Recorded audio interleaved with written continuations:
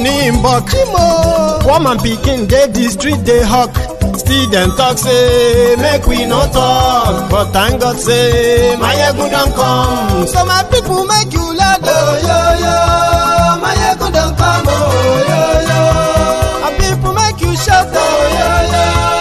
Mayegun don come, oh yo yo. Mayegun don come, man of the masses, oh yo yo. Mayegun don come, oh yo yo. Mayegun diary politico, oh yo yo. Mayegun don come, oh yo yo. This man not dey off in mind. Oh, yo, yo. Mayegun don come, oh, yo.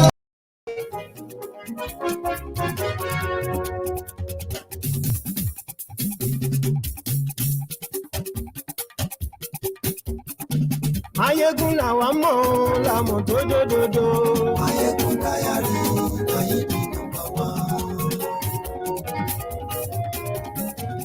Mayegun làwa mọ̀. Good morning. Good afternoon to you from wherever you're watching from. And this is Mayegun Live. Lórí Facebook, lórí YouTube. Mayegun Diary, Mayegun number one. Gbogbo bó ṣe ń lọ ni Mayegun já wa sí. Mayegun Diary, Mayegun number one. Àṣírí ọ̀jẹ̀lú kì í kó níbẹ̀ o. Share the broadcast. Invite your friends. Invite your not so friendly friends. Tell them, Mayegun is live.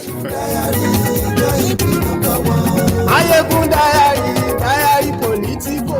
Mayegun diary, Mayegun number one. Godfatherism, kò sí lọ́rọ̀ Mayegun. Mayegun diary, Mayegun number one. Ẹ farabalẹ̀ sẹ́ o kẹ́kọ̀rọ̀ lẹ́nu. Mayegun diary, Mayegun number one. Àní Mayegun làwa mọ̀ tó dòdòdò. Mayegun diary, Mayegun number one.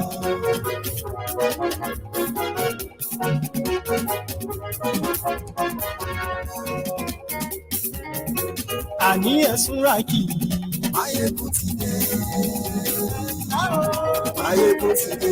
Ọ̀jẹ̀lú ẹ̀sùn ra kì í. Tonight I am going to be speaking Yoruba, and at the same time I am also going to be mixing it up with a little bit of English language. So which means that you have to get to, read the comments, catch up in the middle and all of that, because my message tonight is going to be directed primarily to my fellow Yoruba brothers and sisters all over the world. It is so important that I can only deliver it better in Yoruba, but I will be mixing it up. And at the same time, I am also going to open the line at some point, which is a period where you, who probably stayed back for long enough, pick up a few points enough that you can call in, right? You can make a contribution. So that's how it's going to be tonight. So, mo kí gbogbo wa ẹ káàbọ̀ sórí Mayegun's Diary Political lálẹ́ yìí. Bójọ́ ọ̀sán lẹ́yìn wà, bójọ́ àárọ̀ lẹ́wà, bójọ́ àṣálẹ́ lẹ́wà, gbogbo àsìkò tó wù kí o lè máa wo fídíò yìí. Èmi ni wọ́n ń pè ní Mayegun General, Mayegun gbogbogbò, Mayegun worldwide. Whatever tó bá fit the description ti tiẹ̀, but it is just simply Mayegun. Lálẹ́ yìí tó bá jọmọ Yorùbá, àwọn nǹkan tí mo fẹ́ sọ lálẹ́ yìí ó lè wúlò fún ẹ, ó tiẹ̀ máa wúlò fún ẹ, but bóyá o máa wá múlò àbó ò ní múlò. Ìyẹn dọwọ́ ẹ o. Èmi ò pẹ̀lú àwọn èèyàn tó máa ń wò pé nǹkan tí mo bá fẹ́ gangan ló gbọ́dọ̀ fẹ́. Irọ́. Mo máa ṣàlàyé fún ẹ ìdí tí nǹkan tí èmi fẹ́ yẹn, tí a fẹ́ yẹn, tá fi fẹ́. Bóyá tí wọ́n bá mọ ìdí yẹn, ìwọ náà lè darapọ̀ mọ́ wa. Tó bá dé ṣe ń darapọ̀ mọ́ wa, bẹ́ẹ̀ gẹ́lẹ́ ni nǹkan tá a fẹ́ ṣe lè tẹ̀ wá lọ́wọ́. Kò sẹ́ni kankan tó ń bọ̀ àgbà wá sílẹ̀ o. Tó bá jọmọ Yorùbá, lọ́kùnrin lóbìnrin níbikíbi tẹ́ bá wà, lọ́mọdé lágbà, nílé lóko lẹ́yìn odi, bá ṣe máa ń sọ. Nàìjíríà ti tán. Ẹ̀jẹ̀ àwọn aláìṣẹ̀ òun ni wọ́n fi lọ́sì fi ń ṣe kí ni o lọ́ fi ń so Nàìjíríà rú.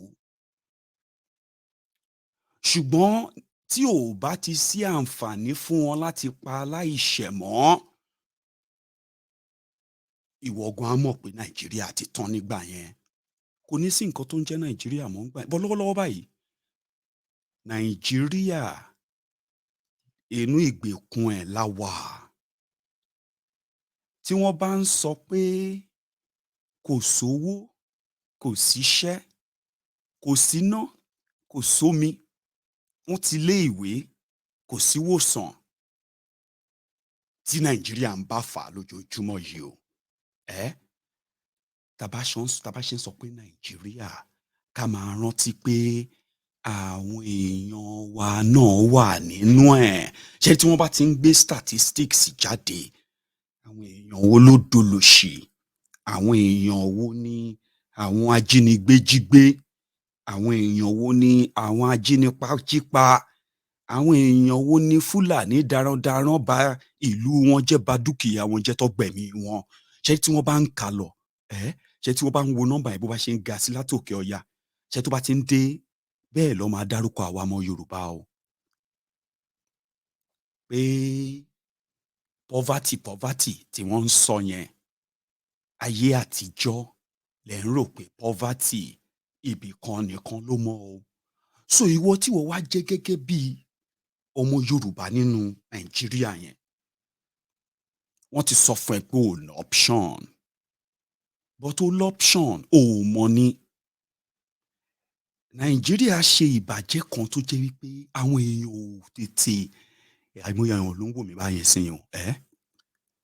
Ẹlòmíì ń wò mí láti Amẹ́ríkà, ẹlòmíì ń wò mí láti London, ìwọ kan ń wò mí láti Dubai, South Africa gan lẹ́yìn kan wà. Gbogbo wa wá fọ́nká sí gbogbo àgbáyé. Àwa ń wo ilẹ̀ Yorùbá látòkèèrè. Àwa dẹni tó jẹ́ wípé ẹbí tó yẹ kó wà papọ̀, wọ́n ti túká, wọ́n ti fọ́nká sí gbogbo àgbáyé. Ó dẹ̀ pé Nàìjíríà bẹ́ẹ̀. Nítorí àìmọye wa yìí tẹ́ ń wò mí yìí ní gbogbo ibi tẹ́ ti ń wò mí outside Nàìjíríà. Àìmọye yín tẹ́ ń wò mí yìí báyìí. Tó bá jẹ́ Nàìjíríà, tó bá kó gbogbo wa pátápátá, tó bá dá a padà sílẹ̀ sí Nàìjíríà, tó dá a padà sílẹ̀ Yorùbá, mo lè fi ọwọ́ sọ̀yà pé kò lè pé oṣù mẹ́ta tí áàfù wa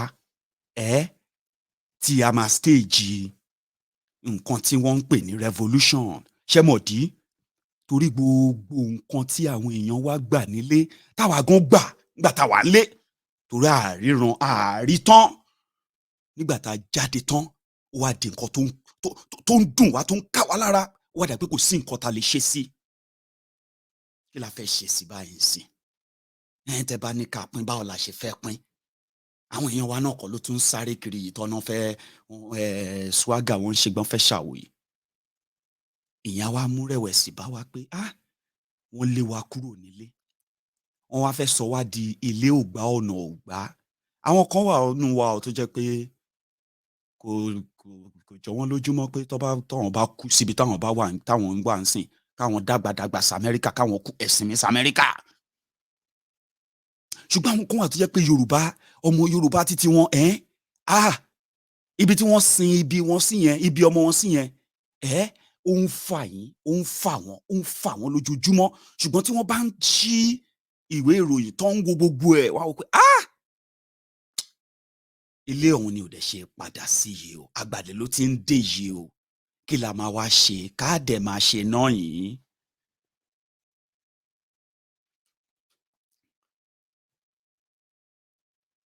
So ìdí tí àwa kan ṣe sọ wípé ẹni bá fẹ́ bá lọ yẹ pòwe yìí dán pé ẹni tó bá fẹ́ ṣe nǹkan pẹ̀lú amókùn, ò ní wòkè, wá wọlẹ̀. Tó bá dẹ̀ ti wá wọlẹ̀ tán, ibi pẹ̀pẹ̀pẹ̀pẹ̀ yẹn báyìí tó pè níbi pẹlẹbẹ tó ti mọ̀ọ́lẹ̀ jẹ́ yẹn láti máa mú o. Because damages tí Nàìjíríà ń ṣe tẹ́yìn lómi ò mọ̀ ni wípé ṣe rí gbogbo àwọn ọmọ wa kéékèèké tó ń bí yìí, tí ò sí plan kankan fún wọn, tí ò sí future kankan fún wọn for real. Èmi àti ẹ mọ̀ o pé kò sí plan kankan fáwọn ọmọ yẹn o. Gbogbo àwọn tí wọ́n bí ní 1999, gbogbo wọn majority wọn ti pé ọmọ ọdún mẹ́tàlélógún báyìí o, 23 years. Àwọn kan ti ń bímọ nù wọn o. Ọ̀pọ̀lọpọ̀ nù wọn ni ò ríwèé kà o. Ọ̀pọ̀lọpọ̀ nù wọn tó ríwèé kà ò ríṣẹ́ o. Gbogbo wọn náà ló wà ńlẹ̀ Yorùbá yẹn o. Wọn ò ní kó wọn kúrò, Nàìjíríà ò ní kó wọn kúrò ńbẹ̀ pé òkè pẹ̀lú àwọn tó ba gbogbo kíní yìí jẹ́. Àwọn ni àwọn tó máa padà wá di Boko Haram títí wa nílẹ̀ Yorùbá nígbà tí Nàìjíríà bá ṣetán pẹ̀lú wa. Nàìjíríà bà education jẹ́. Àwọn tí wọ́n ń ṣojú Yorùbá ní Nàìjíríà ràn wọ́n lọ́wọ́ láti bà education, ètò ẹ̀kọ́ jẹ́ nílẹ̀ Yorùbá. Àwọn ọmọ Yorùbá wá ń ka ìwé àkọ́sórí, ká ṣáà lè kọ, ká ṣáà lè kà á. Wá ní are you educated? I am not an illiterate. But kò sí nǹkan tí wọ́n lè ṣe, not fún ara wọn, talk less of pé tí wọ́n lè ṣe fúnlẹ̀ Yorùbá. Nàìjíríà ń mú, àwọn àwọn tó ń ṣojú ilẹ̀ Yorùbá, governor ni o, senator ni o, ọba ni, gbogbo wọn yẹn o. Àwọn tí wọ́n lọ́wọ́ sí báyìí o, wọ́n ran Nàìjíríà lọ́wọ́ láti ṣe kíni o, láti build àwọn ọmọ Yorùbá tí wọn ò ní mọwọ́ ọ̀tún yàtọ̀ sọ́wọ́ òsì o. Ṣé kò tí ń ṣẹlẹ̀ báyìí? Ó wá di wípé àwọn ọmọ Yorùbá prẹ́prẹ́prẹ́prẹ́prẹ́ òyìnbó lọ́mọ̀ ọ́ sọ, kò sí substance kankan. Opportunity wà so limited. The only dream ẹni tó kàwé ni bó ṣe máa jápa. Nàìjíríà ni o. Ṣùgbọ́n àwọn tó jápa tó ti ń dàgbà, wọ́n fẹ́ padà sílé. Ó wá ṣẹ̀ṣẹ̀ wá ń yé wọn wípé o lè jápa, o lè sá fún Nàìjíríà. Ṣùgbọ́n tó bá sá fún Nàìjíríà, tó wá dọ̀hún tán, tó wá kúrò Nàìjíríà tán, tó wá ń pera ẹ ní patriotic Nigeria from abroad, ara ẹ ló ń ṣe. Ọjọ́ kan máa jọ́ kan, reality máa set in. Wà wá realize yìí pé àṣé kò tiẹ̀ sí ilé tó fẹ́ padà sí mọ́. Ìyẹn ló máa wá mú mi sọ èyí tèmi fẹ́ sọ yìí o. Èmi gẹ́gẹ́ bí ọmọ Yorùbá tí mo mọ̀ wípé tí ikú ilé ò bá pani, tòde ò lè pani. Ṣé rí gbogbo nǹkan tí mò ń sọ fún yín yìí, ṣé mọ rú àwọn èèyàn tó yẹ kó máa sọ fún yín? Àwọn èèyàn bíi ti Tinubu ni. Àwọn èèyàn bíi ọba ń parọ́, ọba ṣẹjọ́ ni. Àwọn èèyàn bíi fake pastor Ruga Ìkẹ́nẹ́ Ṣatabandu ni. Àwọn Arẹ́gbẹ́mugbó àǹkó, ìsàlẹ̀ Èkó Barack Obama, ìyẹn Fáṣọlá. Àwọn tó yẹ kó máa sọ nǹkan yìí torí ẹ̀tọ́ iṣẹ́ wọn ni. Níwọ̀n ìgbà tí wọ́n ti ní àǹfààní láti jókòó sí orí tábìlì ibi tí wọ́n ti ń gbèrò, tí wọ́n ti ń gbìmọ̀, tí wọ́n ti ń pàṣẹ nípa nǹkan tó máa ṣẹlẹ̀ ní Nàìjíríà. Bí wọ́n ṣe ń pàṣẹ yẹn, tí wọ́n ń gbèrò yẹn lórí ìṣúná owó ni o, lórí ètò ààbò ni o, ètò ẹ̀kọ́ ni o, ètò ìwòsàn ni o, iṣẹ́ ni o, àti ètò iná, gbogbo nǹkan tí wọ́n sọ pé wọ́n ń gbèrò lórí ọ̀rọ̀ Nàìjíríà, àwọn tí mo dárúkọ yìí ń jókòó síbẹ̀. Yorùbá ni wọ́n o, Yorùbá ni mí o. But tí wọ́n bá sọ pé Yorùbá ni àwọn ń jà fún, tó bá sọ pé ọjọ́ ọ̀la Yorùbá làwọn ń jà fún, ǹjẹ́ ìwọ gẹ́gẹ́ bí ọmọ Yorùbá tó ń gbé nílẹ̀ Yorùbá bó ṣe ń wò mí lọ́wọ́lọ́wọ́ báyìí, ǹjẹ́ o lè sọ pé tòótọ́ ni? So gbogbo nǹkan tí mò ń sọ yìí, àwọn ló yẹ kó máa sọ fún yín pé ẹ̀yin ọmọ Yorùbá, kò sí nǹkan kan fún wa mọ́ ní Nàìjíríà. A ti rí bẹ́ẹ̀, àwa la Ọ̀yọ́, àwa la tọ̀yọ́ bọ̀, a ti lọ Àbújá, a ti tàbújá bọ̀. Ṣé rí tí a bá fẹ́ ká sòótọ́ fún yín, nǹkan tó wà ńlẹ̀ yìí, àfi tí Yorùbá bá ti yan ìpín òṣì, ìṣẹ́ àti ìyà ní tó ń ṣẹlẹ̀ sáwọn èèyàn wa báyìí o. Ẹ yé parọ́ fúnra ra yín mọ́. Táwọn ẹni tí mo dárúkọ yìí bá ń jà fúnlẹ̀ Yorùbá, ṣé bílẹ̀ Yorùbá ṣe rí yìí ló ṣe yẹ kó rí? Ìwọ tó wà nílùú òyìnbó tó ń bá wọn pariwo ti Tinubu for president, aláìníròònú ni ẹ́. Tó bá níròònú dáadáa ni ṣe bọ́básanjọ́ ṣe president, ó kúkú ṣe é. Kí ló dì fúnlẹ̀ Yorùbá? Ṣé fake pastor Ruga ò ṣe vice president? Àbóhùn kọ́ ni vice president yín báyìí? Ìjọ́ wo lẹ gbọ́ pé jà bẹ́lẹ̀ láàrin wọn nítorí pé inú ẹ̀ ò dùn sí bí wọ́n ṣe ń pààyàn nílẹ̀ Yorùbá? Ìjọ́ wo lẹ gbọ́ yẹn? Àbáwọn ọmọ Yorùbá tó di refugee ní Benin Republic, ṣé Ọ̀ṣínbàjò dáa jù wọ́n lọ? Ṣé Tinubu dáa jù wọ́n lọ? Ṣé gbogbo àwọn gómìnà yín ilẹ̀ Yorùbá dáa jù wọ́n lọ? Àwọn èèyàn tí Fúlàní pa ní Gàngán, àwọn tí wọ́n ń pa ní Yewa, àwọn tí wọ́n ń pa l'Oǹdó, ṣáwọn tẹ́ pè ní Yorùbá leader tẹ́ ń pè ní leader yín yẹn, sọ fún mi, ṣé wọ́n dáa ju àwọn yẹn lọ ni?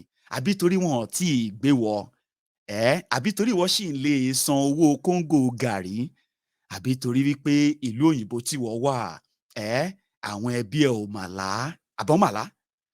Tí dọ́là bá di 600 naira to a naira, kí ló ti ń pè é? Tí náírà bá di 600 naira to a dollar, Ọlọ́run kúkú ṣe àdúrà ẹ ló gbà, ó sọ ẹ́ dolórí ẹbí kọ́ nìyẹn, àbí?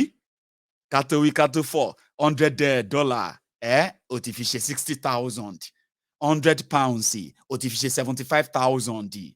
Now ìyẹn ti fẹ́ sí leverage tó jàbí ẹni pé at least ó ti di breadwinner, ẹni tó ń win ní bread fẹ́ bí. But tó bá wo lájà picture, ara ẹ ló ń ṣe. Nàìjíríà ń destroy àwọn èèyàn wa. Gbogbo nǹkan tó ń rí tó ń kọ́ ń pa Nàìjà yẹn, tó ń kà ń pa ẹ̀yẹn, gbogbo bad news, sad news, corruption, this and that yẹn, gbogbo ẹ̀ ló ní victim ẹ o. Tó bá wá jẹ́bì kan ló ń wò, ajẹ́pọ̀ ò ní rònú ni o. Ìjọ kan máa jọ kan. Ṣòro àwọn ọmọ tán ọ̀tọ̀ nílẹ̀ Yorùbá yẹn, wọn ò ní gbé nǹkan tí àwọn òbí wọn ní tàtórí àwọn òbí wọn gan ò ní nǹkan kan. Gbogbo nǹkan tó yẹ kó dọ́wọ́ wọn, wọ́n ti pín dání. Wọ́n ní kẹ́ máa gbàdúrà, Ọlọ́run máa gbé mẹ̀sáyà wá, mẹ̀sáyà kan máa tó dé, tó máa wá kírìétì iṣẹ́ fún yín, tó máa wá tan iná fún yín, tó máa wá sílé ìwòsàn fún yín, àti bẹ́ẹ̀ bẹ́ẹ̀ lọ. Ìwọ náà wá ń gbàdúrà, àgbàgbómi parí. So gbogbo ká tanra wa lọ, ká tanra wa dó, ká tanra wa bọ́, ká tanra wa ṣe gbogbo yìí. Gbogbo ẹ̀ ló ní victim ẹ. Ṣebí wàá padà sí Nàìjíríà? Ṣèbọ́lọ́run kúkú ti ṣe. Àdúrà tiẹ̀ ti gbà l'Amẹ́ríkà. Àdúrà tiẹ̀ ti gbà ní London. O ti kọ́lé, o ti ra mọ́tò. Wọ́n ti ń pè ẹ́ ní big mommy. Wọ́n ti ń pè ẹ́ ní big daddy. Wọ́n ti ń pè ẹ́ ní daddy Chicago, uncle London, aunty Germany. O ti gba title tó fi ẹ́ sí special position torí ìwọ ni helper. Ìwọ náà ti wá fi rẹ̀ sí position ẹni tó ń complain. Wàhálà àwọn èèyàn wa yìí tiẹ̀ ti pọ̀ jù. Ṣé fẹ́ pa mí ni? Èmi nìkan.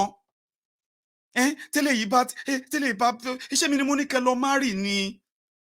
Ẹ̀ẹ́dẹ̀ lọ wáṣẹ́ ṣe. Àwọn tó ní kó lọ wáṣẹ́, àwọn tó fẹ́ pa ẹ́ nítorí pé Nàìjíríà ti fún wọn lọ́rùn.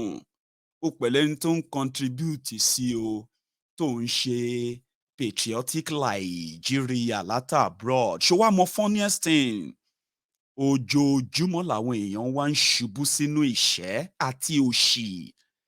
Ó bani nínú jẹ́ jọjọ wípé ilẹ̀ Yorùbá tí Ọlọ́run kẹ́ débi tó kẹ́ wa dé, àwa la wá ń fi òṣì ta káìtì. Àwa la wá ń fi òṣì la wá fi ń ṣe ayọ̀. Àwa ń gbàdúrà fún Grace. Wọ́n á ní Akibu ti ra kẹ̀kẹ́. Báwo l'Akibu ṣe ra kẹ̀kẹ́? The same Akibu. Grace Ọlọ́run ni. Kò sí nǹkan tọ́lọ́run ò lè ṣe. Ẹ wá ń celebrate nǹkan táwọn kan ń lò tó ń gbé dànù níbì kan. Wọ́n wá sọ Yorùbá di oníbàárà lójú wa. Now, sórí ìwọ tó wá wà nílùú òyìnbó yẹn gẹ́gẹ́ bí irú tèmi báyìí. Ìjọ́ kan máa jọ́ kan now. Sórí ilé tó kọ́ sí Nàìjíríà ò ní lè lọ bẹ̀. Gbogbo mọ́tò tó rà tó fi decorate ilé sí Nàìjíríà ò ní lè lọ bẹ̀, ò ní lè lọ gùn wọ́n. Ṣo mọ why? Torí ò ní mọ nǹkan tó ń lé ẹ. Ibi tí Nàìjíríà ń lọ nìyẹn. Ṣùgbọ́n àwa lè ṣe díẹ̀ o tí ibi tá a sọ̀rọ̀ sí kó tó di pé wọ́n wá pàkúta sí gàárì wa. Ibi tí a sọ̀rọ̀ sí ni wípé àwọn èèyàn wa tí wọ́n ń tàn lójúmọ́ lọ́dọọdún tí ẹ bá sọ fún wọn wípé Nàìjíríà ti tán, á jẹ́ pé ẹ̀ ń láti jẹ́ káwọn nǹkan míì yé wọn o. Tẹ́ ẹ bá sọ pé Yorùbá nation, á jẹ́ pé lóòótọ́ lẹ rẹ́dì láti ṣe iṣẹ́ ẹ̀ o. Wọ́n ti sọ pé freedom is not free. It is true. Freedom is not free. It is expensive. And that is why those who knows the consequences of staying aloof or trying to be politically correct are supposed to be told. They are meant to be, explained to the danger of their indifference. This time around, you are either in or out. And that is why I am going to bring back all the ideas that we muted together before we decided to go grassroots in the advocacy for Yoruba nation. When you say advocacy for Yoruba nation, there are so many things that comes to play. You see, the division you have in Nigeria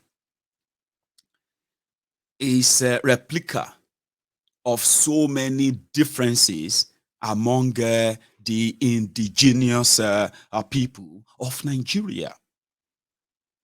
Nigeria is a contraption put together, and it contains the over 250 ethnic nationalities. I'm talking about a place where if it were to be Europe, right? Trust me, my brothers and sisters, yeah, you would have more than 15 countries from what is today's Nigeria. But that is not the story they told you. Now, within this space, yeah, I am a Yoruba man. I'm an Ijebu man from Yoruba land. And because my own ancestors and their own ancestors and those before them and on, they have what you can call a sort of interlink with the other people in what is today's Yoruba land. So you have Egbas, you have the Egbados, the Yewas, you have you have the Ijebus, you have the Ishekiris. I've been told are partly Yorubas as well. You have our people in Kogi. You have our people in Kwara. Listen, let me see if I can put up this. This is the old map of what was meant to be the old western region, comprising of Yoruba speaking people in what is today's Nigeria, right? Watch this. Now, you will see names, just to give you an idea of the makeup of what is, Nigeria as a larger picture, and then the Yoruba people. It's not just about where the states are. It is simply about the people and their lands who have been sort of segregated from their other people, from the mainland, so to say. So in the long run, you have one sec.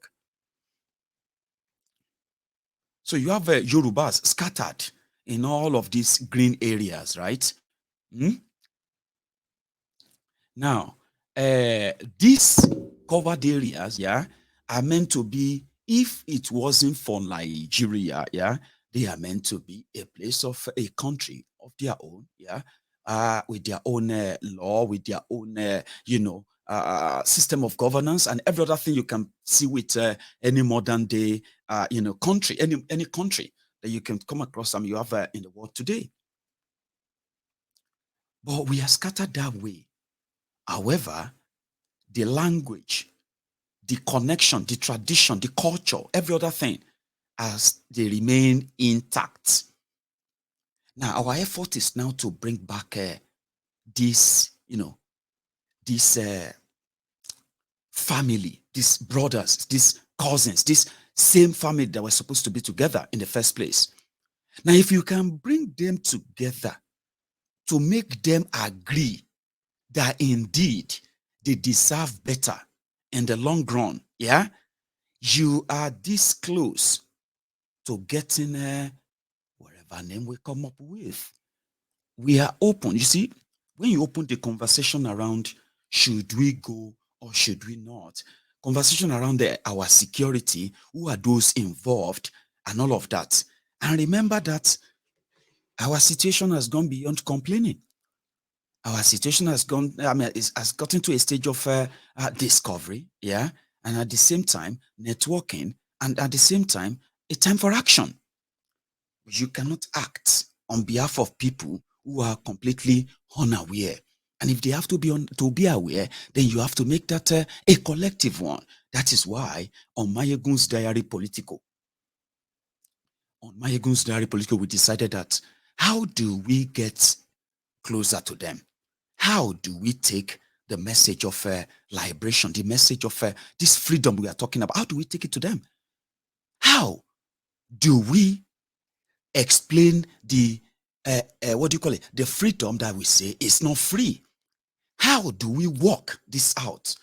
It is first to discover, which many people have been doing already. The other part is this: how do we fund this gigantic idea? Then they said it will have to come from the people who say they want it. So on Mayegun's Diary Political, we now came to one conclusion. How do we get to our people? How do we get that or bring that back to life? How do we bring about what we all desire, that Yoruba nation? How do we bring that conversation to the point that we can wake up one morning, if we do it well, if we do this very, very well, we can all decide and wake up one morning, and all Yorubas from every nooks and cranny of Nigeria, of what is Nigeria today, they can wake up and choose to decide on a referendum, a decision that will become the binding bond that we are going to take as a battle bond. For now, as a people, I don't see us having that battle bond. The battle bond is to say, what do we want? We want our own self-rule, sovereignty as a people, and at the same time, we want to decide how we want to be ruled, not by some creepy, minute men and women who are benefiting, right? Who are milking us in the name of being part of one Nigeria. Now, how do you build a battle bond?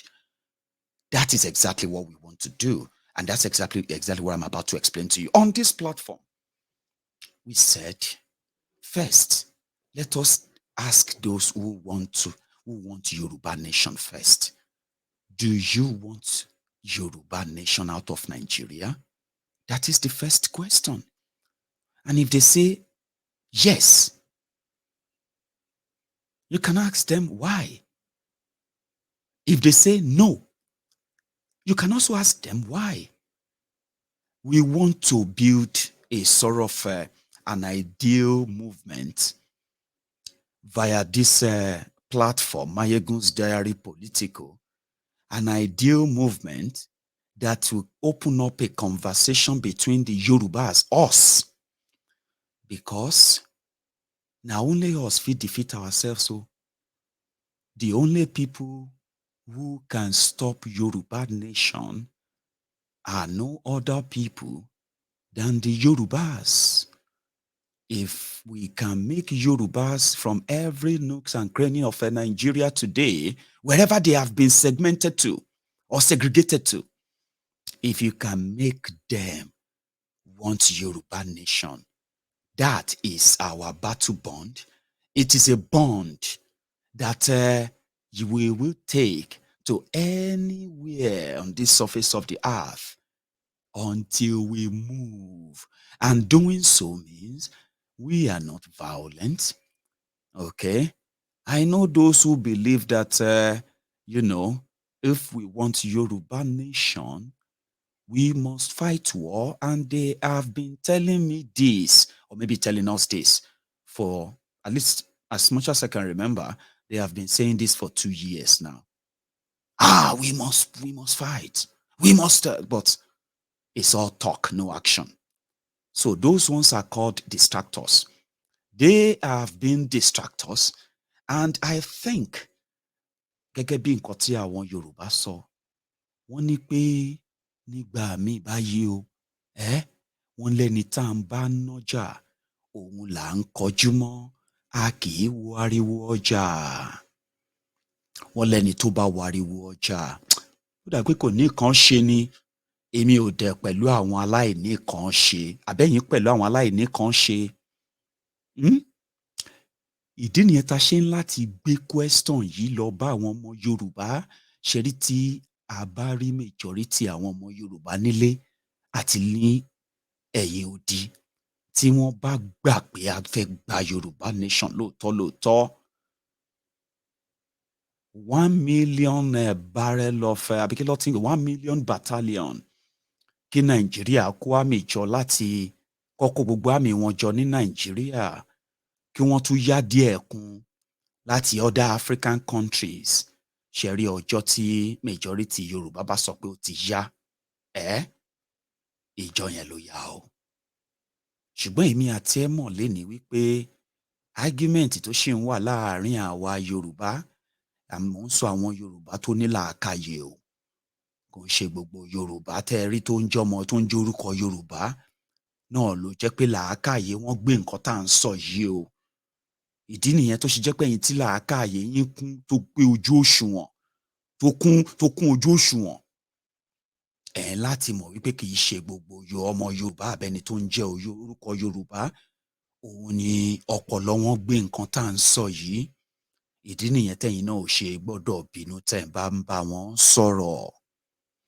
Ṣe rí tí a bá lè rí ogunlọ́gọ̀ ọmọ Yorùbá tẹ́ ń wò mí yìí, tẹ́yin fúnra yín sọ pé tí wọ́n bá tiẹ̀ lè sọ nǹkan tó máa ṣẹlẹ̀ ní Yorùbá nation tá a bá gbà, èmi á tẹ̀lé wọn. Tí wọ́n bá lè explain bó ṣe máa rí fún wa, blue tó gbé tó declare tó clear tó jẹ́ pé ọmọ ọdún 5 tẹ́ bá ṣàlàyé ẹ̀ fún ó yé dáadáa, èmi á tẹ̀lé wọn. Ọ̀nà bá ṣe lè ṣàlàyé ìdí tí Yorùbá ṣe ní ìdí Yorùbá nation, ìdí tí wọ́n tó jẹ́ ọmọ Yorùbá, tó ṣe ń láti darapọ̀ mọ́ ìrìn àjò yẹn, òun rèé o. Lákọ̀ọ́kọ́, ẹ má rí ẹnikẹ́ni tó bá sọ pé òun ò gbàgbọ́ nínú kí Yorùbá pín, ẹ má rí wọn gẹ́gẹ́ bí ọ̀tá, ẹ má pè wọ́n lórúkọ, ẹ má bú wọn. Ẹ rántí wípé kì í ṣe gbogbo wa ni òye wa gbé nǹkan tí à ń sọ yìí. Ẹlẹ́ẹ̀kejì, àwọn kan wà tó jẹ́ pé kí Nàìjíríà wà títí nígbà tí wọ́n ń jẹ níbẹ̀, òun ní èròǹgbà titi wọn. Ṣùgbọ́n ìwọ tí o bá mọ òye ìdí tí Yorùbá ṣe ń láti pín, tó bá yé ẹ dáadáa, tí ìwọ bá lè rí èèyàn kan méjì mọ́ra ẹ, ọjọ́ kan a máa sọ fún ẹ wípé kì í ṣe méjì mẹ́ta mọ́ o. Gbogbo ọmọ Yorùbá tó fẹ́ràn ilẹ̀ Yorùbá tọ́rọ̀ yìí ti wáyé dáadáa, wọ́n ti wá sọ di ìjà wọn o. Ìdí nìyẹn tí ìwọ gẹ́gẹ́ bí ọmọ Yorùbá tó nífẹ̀ẹ́ Yorùbá, tí òye nǹkan tí mò ń sọ yìí dẹ̀ yé ẹ dáadáa, ìdí nìyẹn tí o ò ṣe gbọ́dọ̀ bá wọn halẹ̀ mọ́ ẹnìkankan. Má pe ẹnìkankan lọ́mọ àlè nítorí pé ó sọ pé òun ò ní gbàgbọ́ nínú Yorùbá nation. Ṣé ò ń gbọ́ mi? Má bá ẹnìkankan jà nítorí ẹ̀. Ẹni tó bá fẹ́ gbọ́, ìwọ sọ fún wọn. Ṣorí àwa ní àwọn iṣẹ́ kan tí a máa ṣe tó máa padà wá sọ́ dìrọ̀rùn fún wọn láti bá gbogbo èèyàn sọ̀rọ̀ nípa Yorùbá nation.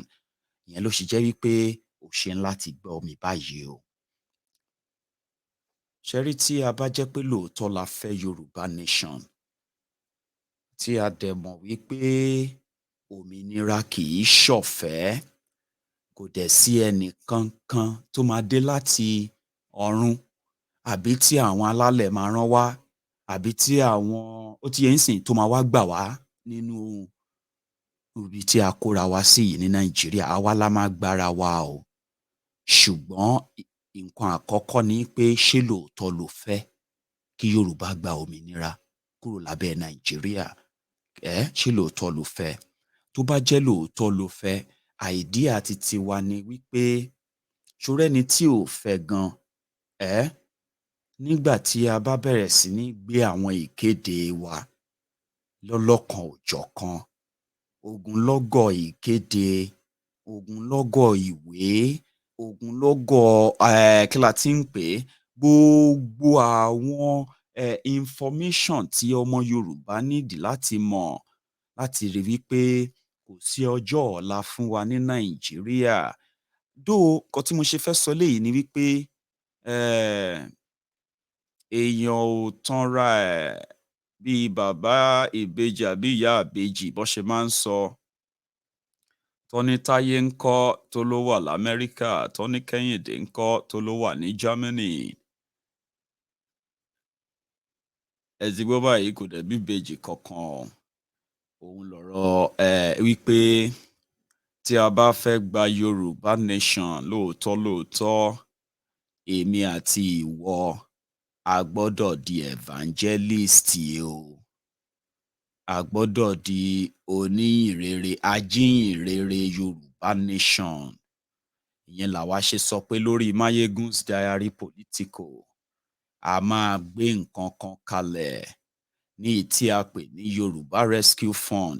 Ní yí orúkọ yẹn padà, orúkọ ta ti fún nìyẹn, orúkọ ta dẹ̀ máa fún nìyẹn. But ẹ jẹ́ n sọ bó ṣe máa ń work fún yín. Idea Yorùbá Rescue Fund, idea tá a pè ní community idea ni. Ìyẹn ni wípé ìwọ tó jọmọ Yorùbá l'Amẹ́ríkà, ibikíbi tóun kò lè wà lágbàáyé ní gbogbo àgbáńlá ayé, a lè papọ̀ sójú kan. Kí a wá pa ẹnu pọ̀ sójú kan. Ojú kan yẹn ni wípé ìwọ tó nígbàgbọ́ wípé èyí tá ń sọ yìí ṣeé ṣe ni o. A ṣe pè ní voluntary. Now, ṣé wá rí tí a bá wá ní àǹfààní tí a lè kàn sí àwọn ọmọ Yorùbá ní gbogbo ìgbẹ̀yìn gbogbo ibi táyé dẹ́kun sí, níwọ̀ oòrùn, nílà oòrùn, láríwá. Tí a bá kan àwọn ọmọ Yorùbá níbẹ̀, nǹkan tí a fẹ́ kí wọ́n ṣe ni wípé kí wọ́n sọra wọn di Yorùbá ambassador. Ìwọ tó o bá darapọ̀ mọ́ wa, wà á máa pe ara ẹ ní Yorùbá ambassador. Ọmọlúàbí ambassador. Ìwà òtítọ́, ìwà òdodo, ìwà tó bófin mu ni wà á ṣe kí ni o, ni wà á máa hù gẹ́gẹ́ bí ọmọ ẹgbẹ́ Yorùbá ambassador. Ṣó wá mọ nǹkan tó máa ṣe ní gbogbo ìlú tó ń gbé? Wà á wá jẹ́ aṣojú wa níbẹ̀. Aṣojú yẹn ni wípé ìwọ wá ni o máa wá di èso tí a fẹ́, kí la máa ń pe kinní yìí ná? Seed. Ìwọ á wá dàbí seed tí a fẹ́ plant síbẹ̀ yẹn. Wà á wá jẹ́ ọmọ Yorùbá rere tó ṣe é súnmọ́. kí ló máa ṣe fún wa o? Ìwọ ló máa bá wa kó àwọn ọmọ Yorùbá jọ ládùúgbò títí ẹ. Kí ni iṣẹ́ yín o? Iṣẹ́ yín láti jíhìn rere fún Yorùbá nation. Ẹ jíhìn rere Yorùbá nation. Ẹ sọ ìdí tá a ṣe ń láti gbára wa kúrò níbí tí wọ́n tì wá mọ́ yìí. Ìyẹn ni kọ́kọ́ lẹ máa ṣe o. Intention wa pẹ̀lú Yorùbá Rescue Fund ni wípé ẹ tún máa bá wa ran àwọn ọmọ Yorùbá tó nílò ìrànlọ́wọ́. Consular help ni, legal help ni, marital issue tó need help community ni, family issue ni, everything tó bá ti ní í ṣe pẹ̀lú ọmọ Yorùbá ládùúgbò tí wọ́n ń gbé, tó bá ti darapọ̀ mọ́ wa, tó ṣetán láti ṣojú wa, iṣẹ́ ẹ nìyẹn o. Gbogbo wa wá dì kan. Ẹ wá wo èyí tó wá ṣe pabambarì. Nígbà tí gbogbo àwa tí a wà ní òkè òkun tá a jọmọ Yorùbá, nígbà tí gbogbo wa bá wá fi ọwọ́ so ọwọ́ pọ̀ tán, tí gbogbo wa ò ní oríṣiríṣi máàsì tá àti ẹ̀mọ̀ yìí tó ní kálukú fojú jọ, ṣùgbọ́n eléyìí á fún yín ní identity o. Eléyìí ló máa fún wa ní identity tá a fẹ́ o. Nítorí pé mission wa ni wípé nígbà tí ẹ̀yin tẹ́ ẹ jọmọ Yorùbá lókè òkun, tí a bá ti sowọ́pọ̀ tán, ṣé ń gbọ́? Ìfọwọ́sowọ́pọ̀ wa yìí la máa wá dá padà sílé. Ilé tá a wá fẹ́ padà sí yìí, ibẹ̀ la ti fẹ́ lọ fi ọwọ́ wẹwọ́, tí a ti fẹ́ lọ fi kí ló ti ń pè, ikùn lukùn, láti fẹ́ lọ sọ òótọ́ ọ̀rọ̀ fáwọn ọmọ ìyá wa táwọn olóṣèlú ń tàn. Ẹ wá máa gbọ́ o. Lára àwọn àǹfààní tá a fẹ́ ṣe fún àwọn èèyàn wa nílé, tá a bá sọ̀rọ̀ nípa ààbò ní èyí tó ṣe gbòógì jù. Ẹni bá máa dáàbò bo ara ẹ̀, á tiẹ̀ ṣáà ní nǹkan kan nípamọ́. Àwọn èèyàn wa ń lo gbogbo ohun tó wù kí wọ́n ní láti fi dáàbò bo ara wọn ní gbogbo hílàhílo àjálù ti Fúlàní ajínigbé agbénipani o. Àtàwọn nǹkan míì tán tí ẹ sọ fún yín, ṣé wọ́n sọ fún yín pé àwọn tí wọ́n ń jí èèyàn gbé, tí wọ́n ń ta ẹ̀yà ara èèyàn, àwọn tá à ń pè ní organ harvester, ìyẹn làwọn tí wọ́n á jí èèyàn gbé, tó bá jí ẹ gbé tán, wọn ò ní fún ẹ lóògùn oorun, wọn ò ní dúnbù ẹ, wọn á gbé ẹ sórí tábìlì, wàá sì máa mí, wàá máa sọ̀rọ̀, ojú ẹ ń bẹ̀ ni wọ́n máa ti tọ̀bẹ bọ̀ ẹ́ láyà, tí wọ́n á ti là ẹ́ síta, torí pé wọ́n fẹ́ yọ ọkàn ẹ yẹn ni wọ́n fẹ́ yọ kíndìnrín ẹ. Àwọn yẹn wà nílẹ̀ Yorùbá, wọn sọ fún yín ni o. Àwọn tó ń jí àwọn èèyàn wa gbé, tí wọ́n lọ ń ta ẹ̀yà ara wọn, gbogbo àwọn ọ̀rọ̀ àìsáàbò nílẹ̀ Yorùbá yìí, oríṣiríṣi ọ̀nà la lè gba àwọn èèyàn wa lọ́wọ́ o. Nǹkan tá a fẹ́ dá sílẹ̀ yìí, ó ṣetán láti ran àwọn èèyàn wa tí wọ́n ṣetán láti dáàbò bo ilẹ̀ Yorùbá. À á fún wọn ní nǹkan tá à ń pè ní training, à á fún wọn ní nǹkan tá à ń pè ní surveillance equipment, à á fún wọn láwọn nǹkan tó lè ràn wọ́n lọ́wọ́, tó máa ràn wọ́n lọ́wọ́ láti dẹ́kun gbogbo ibi tí Nàìjíríà ti wá dé yìí o. Gbogbo nǹkan tó kù tí mo máa sọ, mi ò lè sọ lórí afẹ́fẹ́. Ṣùgbọ́n irú nǹkan tá a fẹ́ ṣe yìí ṣe àǹfààní fún o. Ṣé ń gbọ́ mi báyìí?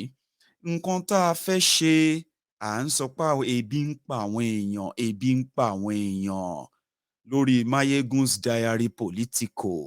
Ọlọ́run fún wa láǹfààní, kì í ṣe Yorùbá nìkan ló wà níbí. Oríṣiríṣi àwọn èèyàn láti oríṣiríṣi ibi ni wọ́n ti wá, tí wọ́n wà lórí Mayegun. Òyìnbó wà níbí, àtẹnitẹ́yìn gan ò tiẹ̀ rò ló wà lórí Mayegun, tí wọ́n ń tẹ̀lé wa lọ, tó ń fọkàn bá wa lọ, tó ń wò ó pé ṣá lè ṣe nǹkan tá a sọ pé a fẹ́ ṣe àbá ní ṣe é. ìdí nìyẹn tí a ṣe sọ wípé pẹ̀lú pé ebi ń pa àwọn èèyàn wa, ebi ò pa àwọn èèyàn wa, àwọn èèyàn wa ń sọ́fà. Ẹ má jẹ́ ká fẹnu nìkan sọ mọ́. Tá a bá sọ fún wọn pé kí wọ́n jugi fáwọn olóṣèlú tó ń parọ́ fún wọn, ṣé wá ní kán lọ jẹ yẹ̀pẹ̀ ni àbẹ́ní kán lọ jẹ kọnkéré? Ìdí nìyẹn tí àwọn èèyàn mi lórí Mayegun's Diary Politico ṣe fi ẹnu kò tí wọ́n sọ wípé a ò ṣe dá nǹkan tí à ń pè ní food bank sílẹ̀. Food bank ìyẹn ni wípé fẹ́ni tó ń gbé nílùú òyìnbó, food bank ìyẹn dàbí ibi tó jẹ́ pé èèyàn mi ò ń rọ́nú, ebi ń pa ẹ́, o sì ń rẹ́rìn-ín, nǹkan tó o máa jẹ láàárọ̀ ọ̀la gan ò mọ̀. Síbẹ̀síbẹ̀ tó bá dàárọ̀ ọ̀la wàá káṣọ sọ́rùn káwọn aráalé má lè sọ pé ò níṣẹ́. Ìtìjú, àìníṣẹ́, ebi àti bẹ́ẹ̀ bẹ́ẹ̀ lọ ó ti jẹ́ kó wà depressed. Some of you gan ti ń suffer mental health nígbà tí o tẹ̀ sọ hospital tó máa ti yẹ̀ yín wò. Báwo ló ṣe fẹ́ mọ̀ pé o nílò ìrànlọ́wọ́? Àwọn ìrànlọ́wọ́ yìí ni àwọn èèyàn Máyégún, àwọn ọmọ Yorùbá tí wọ́n jẹ́ èèyàn Máyégún, èèyàn bíi tèmi o, ni wọ́n ṣe mú idea nǹkan tí a pè ní food bank, medical bank. Tí ìgbọ́ ṣe ti gbọ́ rí? Yes, gbogbo ẹ̀ ní àwọn nǹkan tá a lè ṣe, tá a lè touch life àwọn èèyàn wa directly. Ẹ jẹ́ ká jẹ́ kó yé àwọn èèyàn wa wípé lóòótọ́ làdúrà ń gbà, lóòótọ́ ni miracle ń ṣẹlẹ̀, ṣùgbọ́n wípé o ò lówó tó máa fi lọ sílé ìwòsàn, wọ́n wá gbé ẹ lọ sí ṣọ́ọ̀ṣì, wọ́n lọ ń gbàdúrà, wọ́n wọ́n mi sí ẹ lórí nítorí pé kò lè bímọ láyọ̀. Àbà àwọn tí ṣọ́ọ̀ṣì lè gbàdúrà, ṣùgbọ́n ọmọ tó fẹ́ bí yẹn, àtẹ̀mí tiẹ̀, àtẹ̀mí ọmọ yẹn, wọ́n lẹ́tọ̀ọ́ sí ètò ìwòsàn tó tọ́ náà. Kán gbẹ̀mí tiẹ̀ là, kán gbẹ̀mí ọmọ ẹ là. O gbọ́ Yorùbá? Àwọn nǹkan tí wọ́n ti jẹ́ kẹ́gẹ́ use mọ́, àwọn nǹkan yẹn la fẹ́ try láti wá gbé padà pé ẹ lè gbádùn nǹkan báyìí. In fact, àwọn èèyàn wa lè ṣe bẹ́ẹ̀. Lórí Mayegun's Diary Politico láti mú idea yẹn wá. Ìyẹn ni wípé èèyàn mi, lóòótọ́ lo ò níṣẹ́, lóòótọ́ lo ò lówó, owó lo ò ní, iṣẹ́ lo ò ní, o ṣáà pààyàn. O lè rìn wọ bí tí àwọn dedicated food joint wa kò lọ jẹun bẹ́ẹ̀. Ṣebí nǹkan táwọn olóṣèlú ń ṣe náà nìyẹn. Wọ́n á ní kó lẹ pósítà mọ́ra, wọ́n á ní kó lọ bá àwọn iṣẹ́ àṣekú, wọ́n á tún kó ẹ sọ́nà, wọ́n á kó bọn fún yín nítorí kó ṣáà lè jẹun yìí àbí? Àwa ò mind o látòrí afọ́nrán Mayegun's Diary Politico. Àwọn èèyàn mi ti fẹnu kò sí láti bí oṣù kan sẹ́yìn wípé a máa ṣe bẹ́ẹ̀. Ẹ wá máa gbọ́ o. Àǹfààní tá a ní ni wípé ṣebí lóòótọ́ ló sọ pé wọ́n ń jí gbogbo ohun àlùmọ́nì wa ló ń jí wà nílẹ̀ Yorùbá. Ẹnu la ní, ariwo là ń pa. Àwa ọmọ Yorùbá tí a bá ṣe nǹkan tí a fẹ́ ṣe yìí, gbogbo àwọn èèyàn tó ń jí ohun àlùmọ́nì wa kó nílẹ̀ Yorùbá, láìpẹ́ gbogbo ibi tí wọ́n ti tọwọ́ bọ̀, gbogbo ẹ̀ ló máa padà bọ́ sọ́wọ́ ẹ̀yin ọmọ Yorùbá. Wọ́n ní tí Ṣinkó bá lè wa góòlù ní Ọ̀ṣun, kí ló dé tí wọ Adégoróyè? Kí ló dé tí wọ Alájà Bọ́láńlé? Kí ló dé tí wọ arákùnrin arábìnrin ọmọ Yorùbá? Kí ló dé tí wọ náà ò lè wa góòlù lọ́ṣun? Tí wọ́n bá sọ pé Dangote ń wa sìmẹ́ǹtì ní ìpínlẹ̀ Ògùn, kí ló dé tí ìwọ tó jọmọ Yorùbá tí ìwọ náà ò lè wa sìmẹ́ǹtì ń bẹ̀?